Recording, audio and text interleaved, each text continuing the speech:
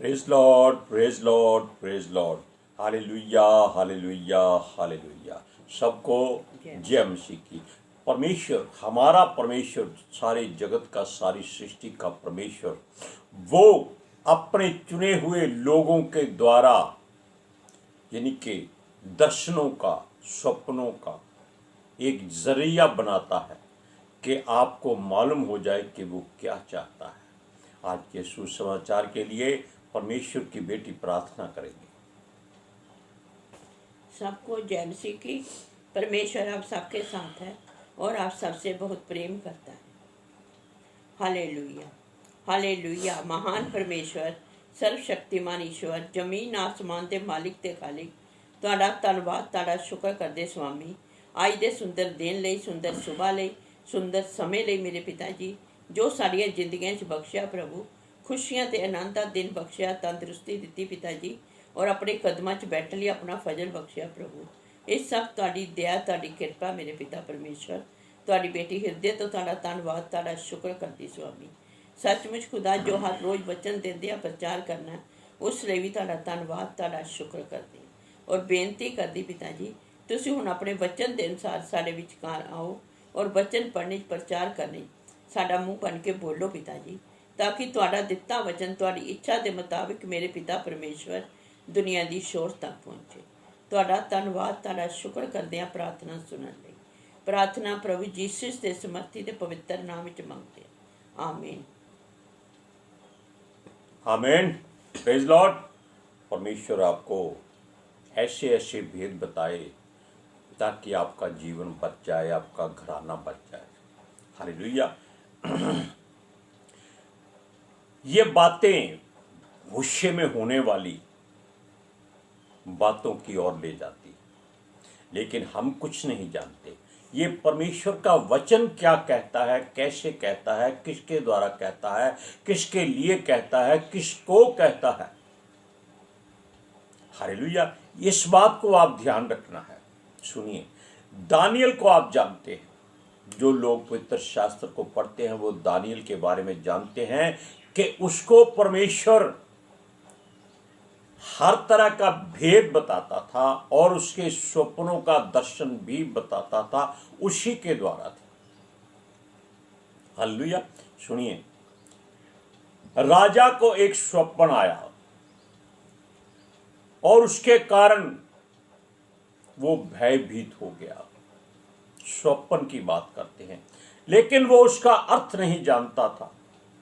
तब पंडित, शास्त्री, मौलवी और जादूगर, तांत्रिक और ज्ञान शास्त्र के समझ रखने वाले सब लोग, बड़े बड़े ज्ञानवान विद्वान उसके पास होते थे, लेकिन कोई उस भेद को नहीं बता सकता था, क्योंकि वो संसार के ज्ञान से भरे हुए थे।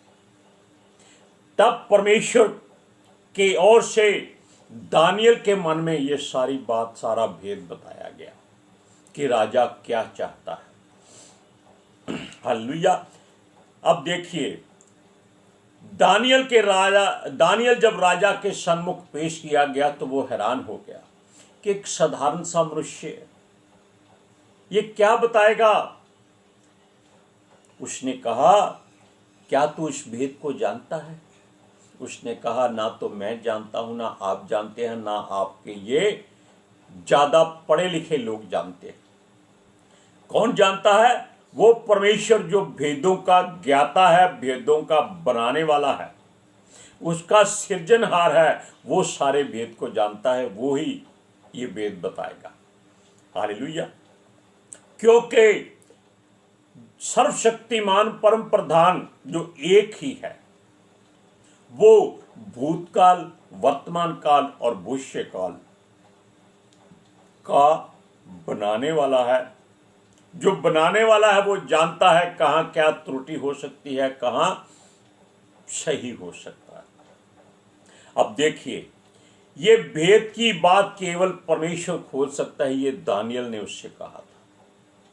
वचन को पढ़िए, दानियल की पुस्तक 2 अध्याय उसकी 25 से 28 आयत तक। तब अर्योक ने दानियल को राजा के सम्मुख शिखर भीतर ले जाकर उससे कहा, यहूदी बंदियों में से एक पुरुष मुझको मिला है जो राजा को स्वप्न का फल बताएगा। राजा ने दानियल से, जिसका नाम बेलशस्सर भी था, पूछा, क्या तुझ में इतनी शक्ति है कि जो स्वप्न मैंने देखा है उसे फल समेत मुझे बताए? दानियल ने राजा को उत्तर दिया, जो वेद राजा पूछता है वह ना तो पंडित, ना तंत्री, ना ज्योतिषी, ना दूसरे भावी बताने वाले राजा को बता सकते हैं, परंतु वेदों का प्रकट करता परमेश्वर स्वर्ग में है। और उसी ने नबूकदनेस्सर राजा को बताया है कि अंत के दिनों में क्या क्या होने वाला है। तेरा स्वप्न, जो कुछ तूने पलंग पर लेट कर विचार किया था। उसने परमेश्वर की महिमा की। अभी स्वप्न की बात कोई नहीं हुई, लेकिन उसने अपने परमेश्वर की महिमा की, अपने आप को ऊंचा नहीं किया। ये बात हर कोई अगर करे तो परमेश्वर उसको ऊंचा करता है। वो कहता है ना वचन में कि वो घुरे में से उठाकर, यानी कि दुखों में से निकालकर अपने पतवंते लोगों के साथ बिठाता है। ये पतवंते कोई इंसान नहीं है, ये वो ज्ञानवान पुरुष हैं जो परमेश्वर की ओर से ज्ञान हासिल करते हैं। हालेलुया। और सबसे बड़ा ज्ञान पवित्र शास्त्र है। Hallelujah, praise Lord. सुनिए, अब हम थोड़ा सा अलग बताते हैं कि राजा ने गुनाह किया, गलती की, पाप की। क्या उसने दाख मधु पीकर परमेश्वर के भवन के पवित्र बर्तनों को मंगाकर घमंड में उसमें दाख मधु पिया, ताकि देखे क्या हो सकता है, क्या हो जाएगा, देखा जाएगा। ये संसार के लोग आज इस बात को बहुत बोलते हैं, बड़े ज्ञानवान बने फिरते हैं। क्या लिखा है तुम्हारे यीशु ने, क्या किया है, वो अपने आप को बचा नहीं सका। कैसी मूर्खता की बातें हैं। किसी बात को ध्यान से नहीं देखते। वो कांटों के ऊपर पैर मारते हैं कि देखो हमें कुछ नहीं हुआ, लेकिन जब कांटे धस कर टूट जाते हैं तब अस्पताल में जाकर टांगे उठाए पड़े होते हैं। हाय बचा लो, तब इनके मुंह से ये निकलता है। अब देखिए, जब राजा ने दाख मधु पिया, और किसके साथ? अपने संतरियों, मंत्रियों, दासों और दासियों के साथ, रानियों के साथ, और हुआ हा करते रहे और अपने देवताओं की स्तुति करते रहे, जिन्होंने कुछ नहीं किया था, जो कुछ कर नहीं सकते थे। तब जहां वो बैठे थे उस दीवार पर परमेश्वर की उंगलियां प्रकट हो गई, जो केवल राजा को दिखाई दी थी। उन्होंने दीवार पर कुछ अपनी स्वर्गीय भाषा में राजा को बता दिया। अब वो भी कोई पढ़ नहीं सकता था। अब राजा की तो हालत बहुत बुरी थी, पतली हो चुकी थी, पूरे के पूरे शरीर के जोड़ कांप रहे थे, थरथरा रहे थे कि ये मैं क्या देख रहा हूं, क्योंकि ऐसी बात जीवन में कभी किसी के नहीं हो सकती। होती है तो केवल हजारों में किसी एक के साथ। हालेलुया। तब भी ऐसा ही हुआ। दर्शन किसी को हुआ, उसका भेद दानियल ने बताया। लेकिन पहले हम ये बता दें कि वो था क्या। अब देखिए, दानियल की पुस्तक 5वां अध्याय, उसकी 4 से 6 आयतें हैं। वह दाख मधु पी पी कर सोने, चांदी, पीतल, लोहे, काठ और पत्थर के देवताओं की स्तुति कर ही रहे थे कि उसी घड़ी मनुष्य के हाथ की सी उंगलियां निकल कर दीवट के सामने राज मंदिर की दीवार के चूने पर कुछ लिखने लगी, और हाथ का जो भाग लिख रहा था वह राजा को दिखाई पड़ा। उसे देखकर राजा भयभीत हो गया और वह मन ही मन घबरा गया, और उसकी कमर के जोड़ ढीले पड़ गए, और कांपते कांपते उसके घुटने एक दूसरे से टकराने लगे।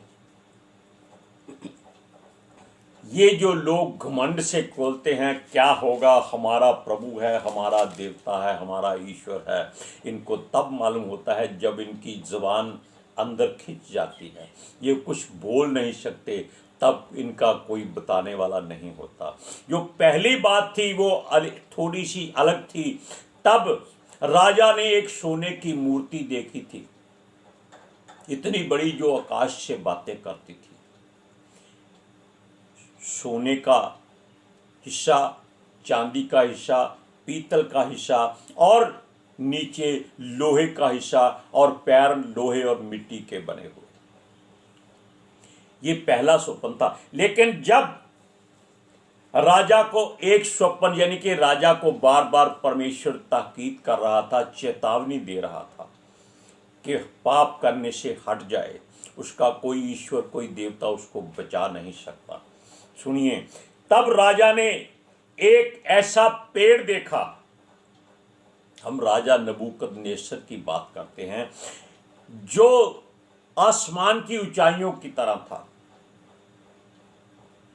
हालेलुया। और उसमें सारे संसार के लिए भोजन था। सब पक्षी उस पर डेरा करते थे और सारे जानवर उसकी छाया में रहते थे। मनुष्य भी एक जानवर ही है। वो क्या था? वैसे तो वो राजा की मिसाल थी, लेकिन वो इस बात को डर गया कि ये क्या हो गया, क्योंकि दूतों ने आकर उस पेड़ को काट दिया, फल बिखरा दिए, पंछी उड़ा दिए, नीचे के जानवर भगा दिए और उसको यहां तक काट कर, यानी कि उसका ठूंठ, लकड़ी जहां तक 10 फुट तक छोड़ दीजिए, बाकी सब उड़ा दिया गया। वो राजा देख रहा था स्वप्न को, जाग रहा था या सो रहा था ये हम नहीं जानते, क्योंकि हम उस समय राजा के पास नहीं थे। अब सुनिए, तब भी ऐसी ही बात हुई थी। जो स्वप्न का फल था वो दानियल के द्वारा ही बताया गया था, क्योंकि दानियल परमेश्वर की ओर से उसके पास इसीलिए भेजा गया था। वैसे ये स्वप्न उंगलियों के दर्शन से पहले था, लेकिन हम आपको इसलिए बता रहे हैं क्योंकि हम स्वप्न और दर्शन की बात करते हैं।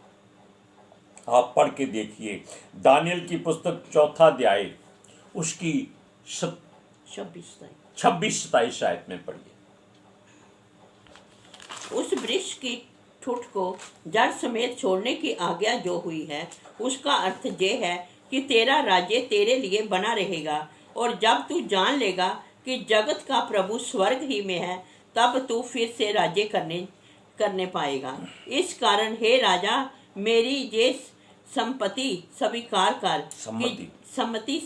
कर कि यदि तू पाप छोड़कर धर्म करने लगे और अधर्म छोड़कर दीनहीनों पर दया करने लगे, तो संभव है कि ऐसा करने में तेरा चैन बना रहेगा। अब देखो, उसने, परमेश्वर ने भेद का असर कितना सीधा, सरल और आसान बताया कि यदि तू पाप छोड़ दे,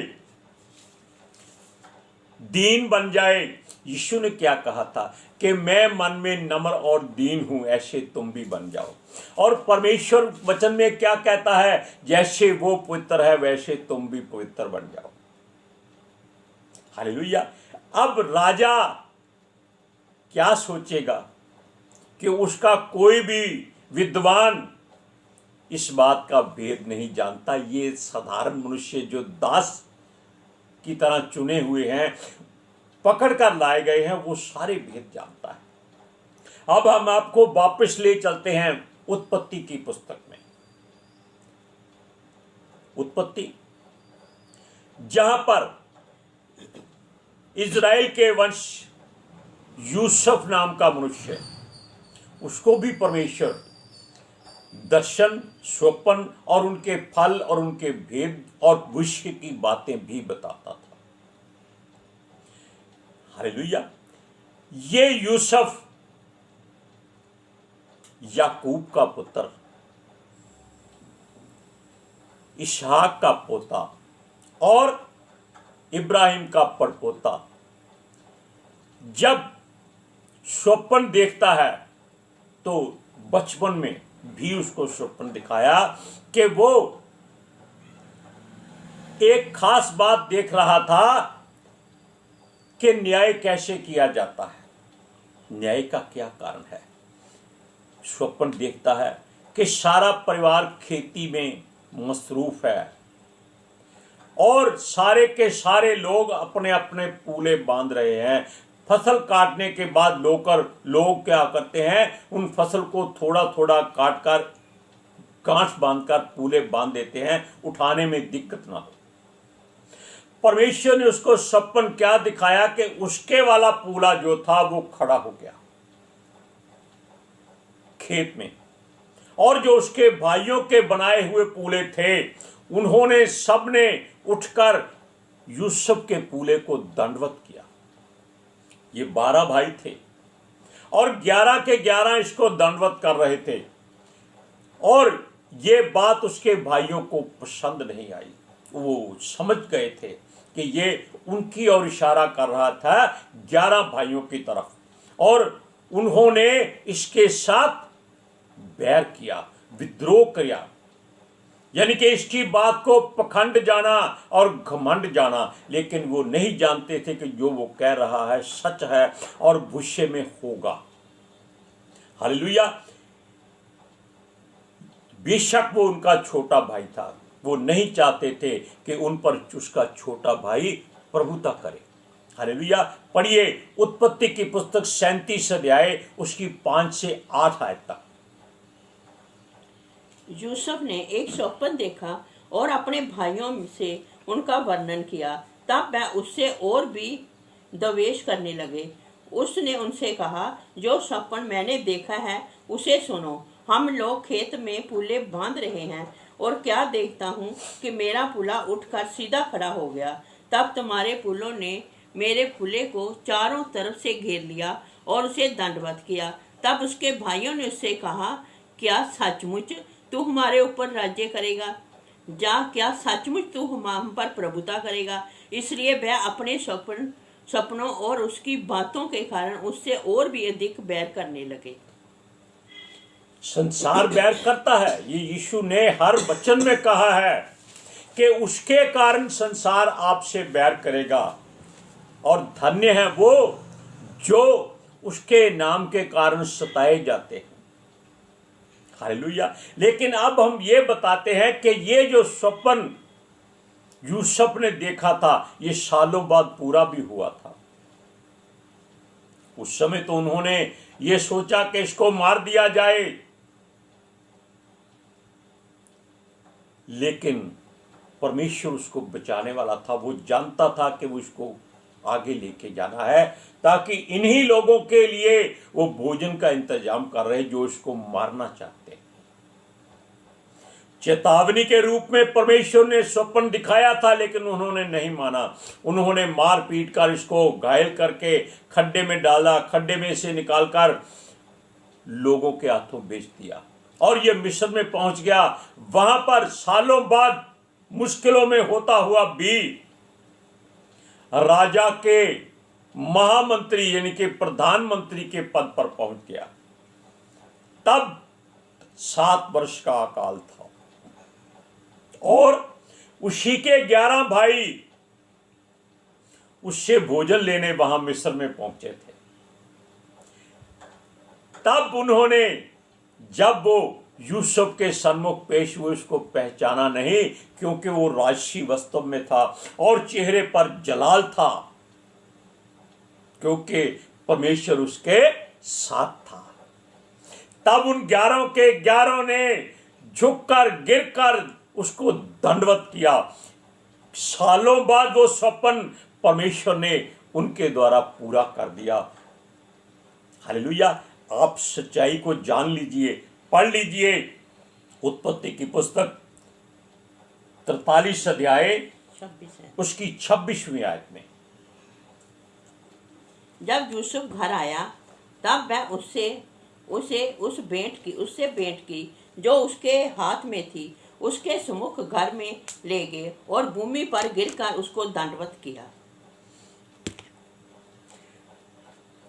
आज इस बात को जान लीजिए कि जो परमेश्वर दर्शन दिखाए, स्वप्न दिखाए, या ऐसी घटना आपके साथ घट जाए जो आपके लिए अचंभित हो, अनोखी हो, आश्चर्य क्रम वाली हो, उस बात को छोड़िएगा नहीं, भूलिएगा नहीं।